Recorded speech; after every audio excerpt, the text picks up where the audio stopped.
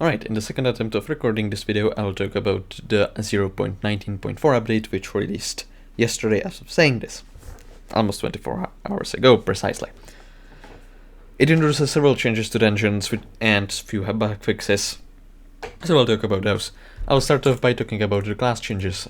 The most notable class that was changed is the Berserker, which now has two extra abilities. The Weapon Master, which makes all melee hits hit up to 5 enemies within a cone, similar to the Crimson Armor set bonus, and the second ability is Indomitable, which gives some of your strength as defense, similar to Baby Yeti Pet. Few changes have been added to the Throwing X ability, as it now has a high range, which has been also added to the Mage Beam ability of Mage, and it now, according to the patch notes, pierces enemies, which I'm pretty sure it already did. The Ragnarok ability also is buffed to give attack speed, movement speed, and 50% damage increase for 15 seconds, as well as spawning zombie minions. However, one ability of Berserker was also nerfed, which is the Bloodlust ability, and since it now heals 3% of your missing health instead of 1.5% of your damage. Another affected class is Archer, whose bonus to arrow damage now works differently, so that duped Archer is more viable. However, the Bouncy Arrows ability and the Bouncy Arrows no longer bounce off decoys. Same can probably be said about the Bouncy Armor, which drops from Super Archers, previously only on floor 4, now on floor 4 upward. Healers gain a new ability called Overheal, which turns extra healing to absorption. Another buff class is Left Click Mage, because the Mage staff now has additional 5 block ranged, which is then again doubled in Master Mode floor 7 phase 5 boss fight. And the cooldown is affected by attack speed, which is insane considering G-Drag. New stat has been added to the game, the Swing Range, with a base value of 3, which is increased by some items like Giant Sword increasing it by 1, Dark Claymore increasing by 2, and Crimson Armor increasing it by up to 1. This stat is not affected by Legion Renowned or Ender Dragon bonus. Apart from class changes, the update also introduced several new items, namely an upgrade to Flower of Truth Bouquet of Lies, giving it additional 60 weapon damage and 50 critical damage, and buffing the ability to be more than 3 times as strong. However, both of these abilities now cost 10% of your health instead of 10% of your mana, which is another reason to use healer in your parties now. It is crafted from 1 Flower of Truth and 12 Fell Roses, which is another new item, a material crafted from 3 Ancient Roses and 16 Fell Pearls, bringing the total cost of Bouquets of Lies to 36 Ancient Roses and 192 Fell Pearls, on top of the Flower of Truth recipes, which requires 9 Ancient Roses. To add insult to injury, Ancient Rose is no longer a drop from chest and only drops from Rogue Golems, which I have tried grinding for over an hour and it's pretty slow. However, the upgrade is definitely worth it. Another item release is the Bone Reaver, which is crafted from Spirit Sword, an old, unused floor 4 drop, Spirit Bones, an old, used floor 4 drop, and 20 enchanted bone blocks, which are from Bone Collection. It has slightly higher stats compared to Spirit Sword and 0.5 swing range. Additionally, it has an ability that attacks all enemies within some range to 25% extra damage they would get when they hit in melee. It also copies the Execute-like ability the Spirit Sword has, however, it is weakened. Bone Reaver has itself an upgrade called Felthorn Reaper, which gives extra damage, extra critical damage, and extra swing range. Also buffing the passive ability to work against all enemies, not just undead, and also buffing the right-click ability to have more charges, lower cooldown, and higher damage. It is crafted from Bone Reaver, 5 Fell Roses, which means 80 Fell Pearls, and 15 Ancient Roses and Fell Skull, which is a drop from floor 6. Felthorn Reaper can once again be upgraded to Felthorn Reaper Start, giving it 10 damage, 10 strength, 10 critical damage, and 0.5 swing range. It is crafted from Bigfoot Lassos, which is pretty interesting since it's the only non-wither item to be crafted from this. However, Fells lore-wise are wither related. Apart from Fell Skull, there are other drops to dungeons, namely the dungeon equipment. First of which is Balloon Snake, which is a necklace giving you jump boost when worn, obtained from floor 1. Another is the Adaptive Belt, which gives you some stats and more stats depending on your class, obtained from floor 2. The Bono Necklace, which is a tank necklace giving you defense on its own as well as defense per enemies nearby, which might or might not be useful. which is crafted from 1 spirit wing, 2 spirit bones, and 96 soul strength. Another drop is the Shadow Assassin Cloak, giving 20 strength, 3 speed, and bonus to damage after teleporting.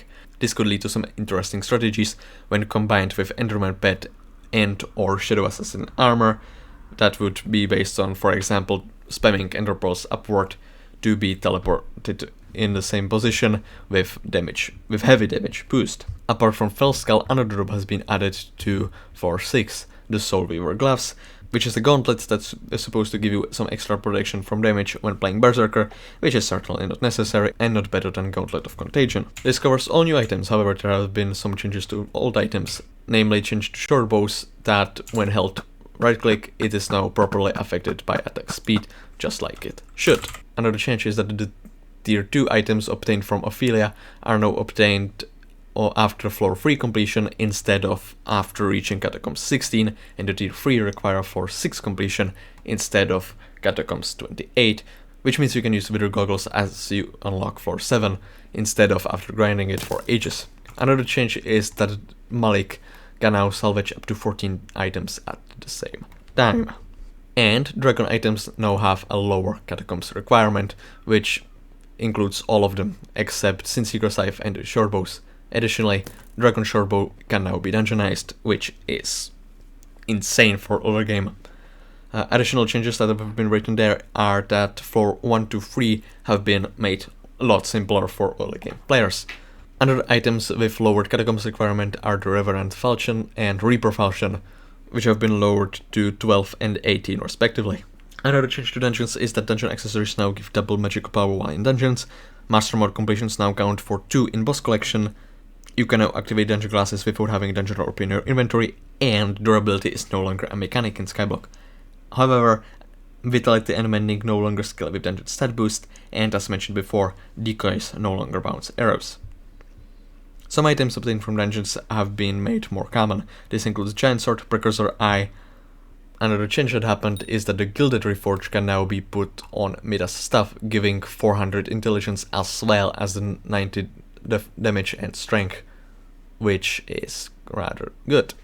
Some animations in dungeons, for example, Necron talking in floor 3, the chain rising up in floor 6, or phase transmission between floor 1 and 2 and 2 to 3 in floor 7 have been fastened significantly.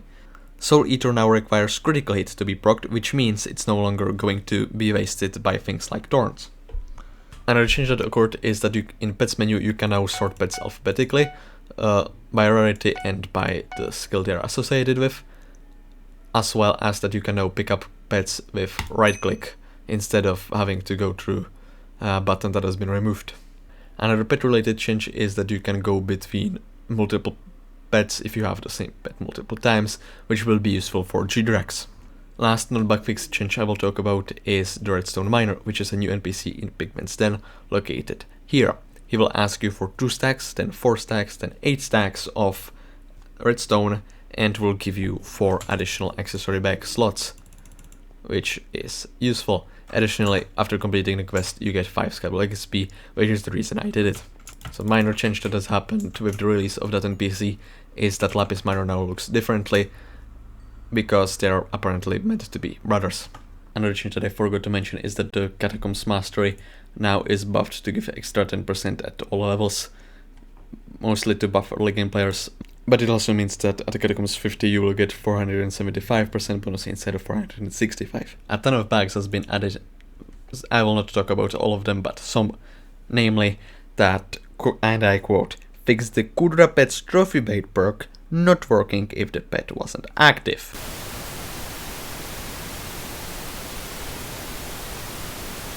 Year and a half after release.